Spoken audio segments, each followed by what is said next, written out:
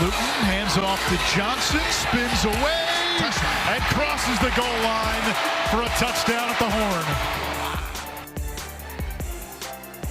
Well, the first touchdown of the preseason for the Panthers as time expires, but it's not enough. The Panthers fall to the Jets 15-12. However, we learn more about the team this time. Welcome to Bank of America Stadium and welcome inside Charlotte Sports Live. I'm Carla Gephardt alongside Mike Lissette, and a lot to get to tonight, including a recap of the second preseason game for the Panthers. Yeah, not only that, we'll also have exclusive interviews with Claudine Cherlis and Chatavian Sanders. How about that? I like all of that. But before we get to those interviews, let's go ahead back in studio with Gabe McDonald. You've got the highlights from the whole game for us.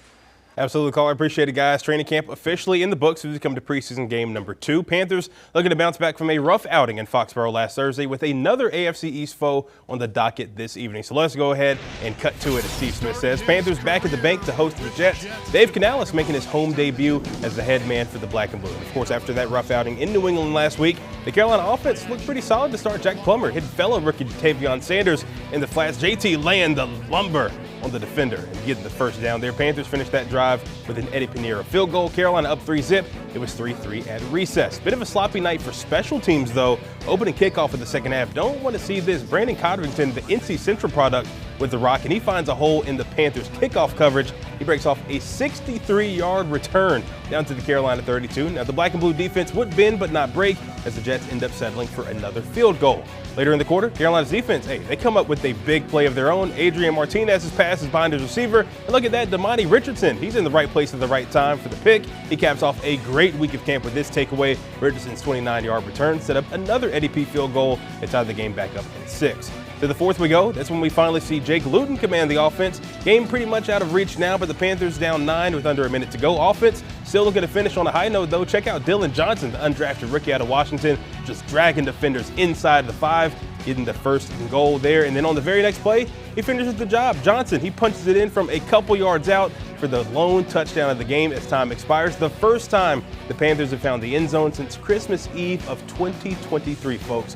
Of course, it was too little too late, however. Panthers fall to the Jets 15-12 in the second game of the preseason. Here's head coach Dave Canales after the game.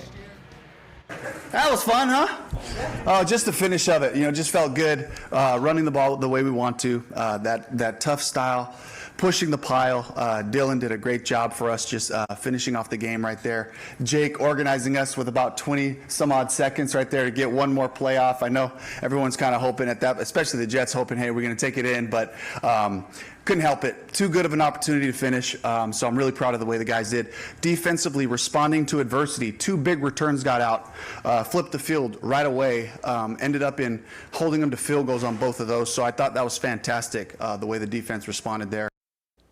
Offensively, Jack Plummer did have some great drives, 11 of 18 tonight for just 42 yards. Dylan Johnson, the rook, ended up being the workhorse in the backfield tonight due to Mike Boone having an injury scare.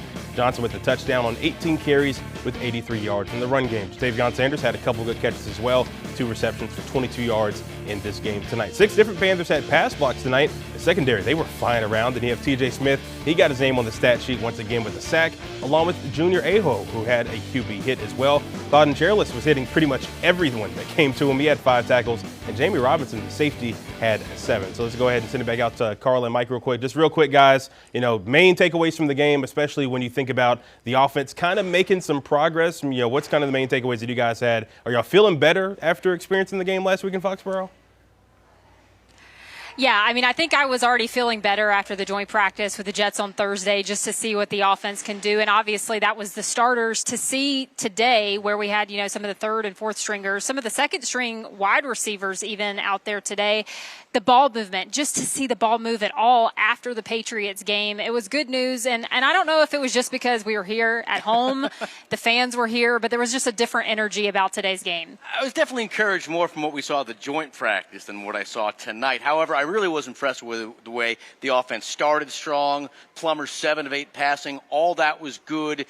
A lot of stuff in the middle that was bad, but then they finished strong. I like that. Yeah, but still kind of maybe a tough assessment of these guys overall if you're looking at the roster, but certainly some good tape they put up for some of the evaluation that the coaches have to do. Yeah, definitely. No doubt about that. Really, overall, a tough to assess this team because so many guys didn't play, including Bryce Young. But there were positives, and Carl, the defense was one of them. Yeah, certainly the defense, and they've really kind of held steady over just 200 yards allowed by the Jets on defense. And they also didn't let New York reach the end zone at any point during this game, so that's definitely a positive. Now, granted, there were missed tackles, probably missed plays, but Coach Canales was impressed with their ability to be in the right place at the right time tonight. Yeah, every single play, every time these guys have an opportunity to show us who they are, to show us how they can help us, we're looking for the style of play. We're looking for the tough, aggressive finishes. We're looking for guys to be heady in situations, whether it's third down or red zone or whatever situation might come up. So this is gold. This is gold for the guys that get these opportunities to play on special teams. That's a big thing for us. If a guy can cover a kick, if he can, be a reliable blocker in the return game, these things really speak volumes for our group. So love the opportunity for them.